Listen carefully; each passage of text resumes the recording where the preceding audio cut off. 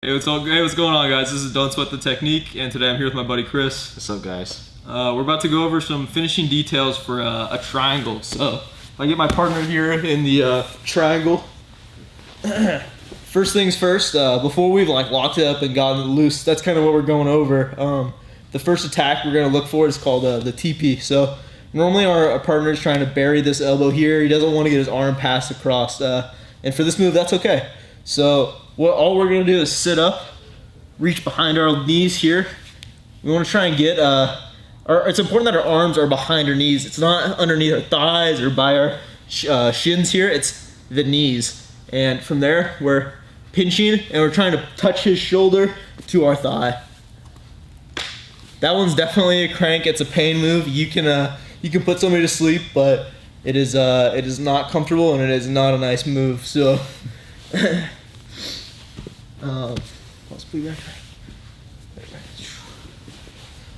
So the next detail we're gonna go over for finishing triangle is how to pass this arm over. So there's obviously you can just go 2-on-1 and try and force it and put it over, but for me there's two things that make this easy. One is bumping your hips up, so that way when you go to push it over, it kind of encourages it. It almost like creates a slope for the arm to come across.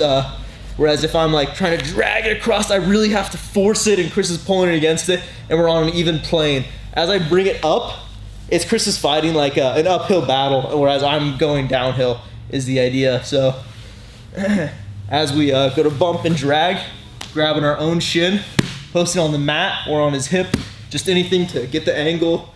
We're looking in the ear over here, locking it up, squeeze it for our finish.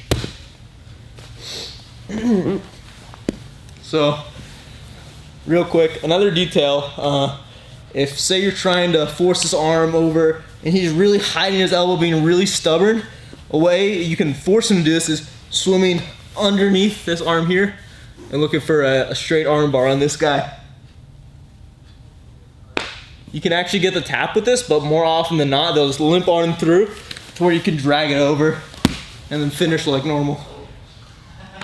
So the last detail we're going over for finishing the triangle is when your opponent inevitably tries to stand up is one of the more common defenses. So there's different options for each side, but first if Chris steps up on the same side as my triangle is locked up, where the knot of my legs are, I'm just scooping his leg, pulling it towards me, and from there, it's pretty much hard for Chris to really do anything. He wants to sit back down as a reaction kind of, or try and get this leg back more than anything, but another transition from here is you can unlock your triangle, bring your leg over his face, keeping your knees pinched, curling your heels to your butt, and your arm bar is right there.